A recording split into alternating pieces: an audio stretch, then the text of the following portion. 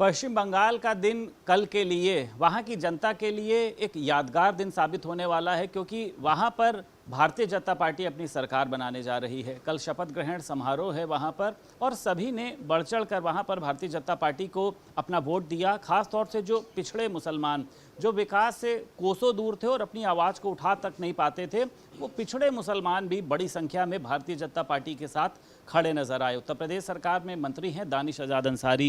ये कहा जा रहा था कि 30% संख्या जो है वो पिछड़े मुसलमानों की है, वो तो भारतीय जनता पार्टी को वोट नहीं करेंगे, ऐसा वहाँ के लोग कह रहे थे। उसके बावजूद भी इतना बड़ा जन समर्थन मिलना, क्या वजह देखते हैं मंत्री जी? देखिए, पश्चिम बंगाल का जो परिणाम है, ये परिणाम अपने आप में बहुत सारी कहानी बयान करता है। बीते 15 सालों में पश्चिम बंगाल को विकास से जो पीछे ममता बनर्जी जी ने ढकेला, टीएमसी ने जो ढकेला, तो वो जो साजिश पश्चिम बंगाल के साथ रची गई, वो जो पश्चिम बंगाल को विकास से पीछे ढकेला, वो जो पश्चिम बंगाल के साथ भेदभाव का जो काम ममता जी ने किया, इससे पश्चिम बंगाल के हर जाति धर्म मज़हब के लोग, उनको उनके जीवन में एक जो है नेगेटिव इम्पैक्ट आया। ख़ास तौर पे आप देखिए, जो गरीब तबका है, जो सामान्य वर्ग है, उसको बड़ी दिक्कत आई बीते जब, क्योंकि पश्चिम बंगाल में हमारे उत्तर प्रदेश के बहुत सारे लोग जानने वाले रहते हैं, और पश्चिम बंगाल के भी कई सारे लोग हमारे जानने वाले हैं। बहुत सारे ऐसे प्रोफेसर्स हैं, इंटेलेक्चुअल्स हैं, जिनसे चुनाव के दौरान भी हमारी बातचीत हुई, और हमने चुनाव के दौरान भी और चुनाव से पहले भी हमने ये उनके अनुभव को समझा, उनके अनुभव से ये समझा कि जो पिछड़ा तबका था, जो सामान्य वर्ग था, उसके लिए बड़ी चुनौती थी पश्चिम बंगाल में रहना, सरवाइव करना। क्योंकि रोड की स्थिति खराब, रोज़गार की स्थिति खराब, बिजनेस अगर कोई खोलता है, व्यापार अपना कोई खोलता है, तो टीएमसी के गुंडों को टैक्स देना पड़ता है, हफ्ता देना पड़ता है, गुंडा टैक्स देना पड़ता है। तो इससे आम लोगों का जनजीवन प्रभावित हो रहा था। ख़ासतौर पर जो मुसलमानों के नाम पे अपनी राजनीति करने वाली ममता जी, उन्होंने सबसे ज़्यादा अगर अत्याचार किसी पे किया तो पिछड़े मुसलमानों पे किया, जो पसमानदा मुसलमान उनके ऊपर किया, और केवल मुसलमान के कुछ वर्गों को जानबूझ के टारगेट करना, पिछड़े मुसलमानों को विकास से दूर रखना, आम गरीब लोगों को विकास से दूर रखना, ये जो साजिश रची, उसी साजिश का ये नतीजा है कि आज पश्चिम बंगाल में भारतीय जनता पार्टी की सरकार बनी। क्योंकि वहाँ के मुसलमानों ने ये देखा, या वहाँ के लोगों ने ये देखा कि जिन जिन स्टेट्स में भारतीय जनता पार्टी की सरकार, हम उत्तर प्रदेश में, उत्तर प्रदेश की स्थिति जब वहाँ के लोगों ने देखी, पूछी, बहुत सारे लोग उत्तर प्रदेश आते हैं काम के सिलसिले में, रोज़गार के सिलसिले में, तो यहाँ की स्थितियाँ जब वो देखते हैं तो अच्छे रोड, हाईवे, व्यापारी आराम से अपना व्यापार कर पा रहे हैं, कोई गुंडा टैक्स नहीं, कोई वसूली नहीं, कोई अवैध वसूली नहीं।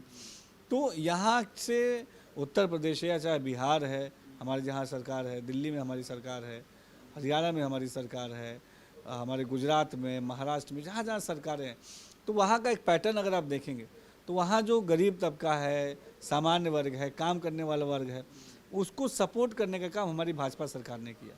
तो ये जो सकारात्मक चीज़ें हमारी जो गवर्नमेंट की है, ये वहाँ के लोगों ने महसूस की और उसी पैटर्न को अडॉप्ट किया, और इन्हीं तमाम वजहों से आज पश्चिम बंगाल में भारतीय जनता पार्टी की सरकार है। अखिलेश यादव वहाँ पर गए, ममता बनर्जी से मिले, अन्य नेता से भी मिले, और कहने लगे कि यहाँ पर जो है चुनाव को लूट लिया भारतीय जनता पार्टी ने, संवैधानिक संस्थाओं का दुरुपयोग किया।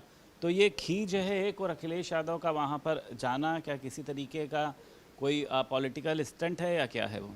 देखिए, समाजवादी पार्टी या कांग्रेस पार्टी, ये जो इंडिया अलायंस गठबंधन के तमाम दल हैं, इनका आपस में ही तालमेल नहीं है। और ये बताइए, इंडिया अलायंस गठबंधन, उसमें तो टीएमसी भी थी, कांग्रेस भी थी, समाजवादी पार्टी भी थी, आम आदमी पार्टी भी थी, तमाम ये दल टीएमसी में थे, इंडिया अलायंस गठबंधन में थे।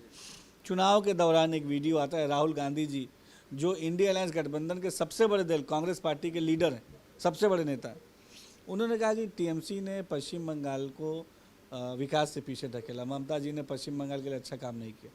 तो वो जो दल है, वो जो गठबंधन है, वो आपस में ही उनका तालमेल सही नहीं है। तो इस वजह से ये जो तमाम बातें हो रही हैं।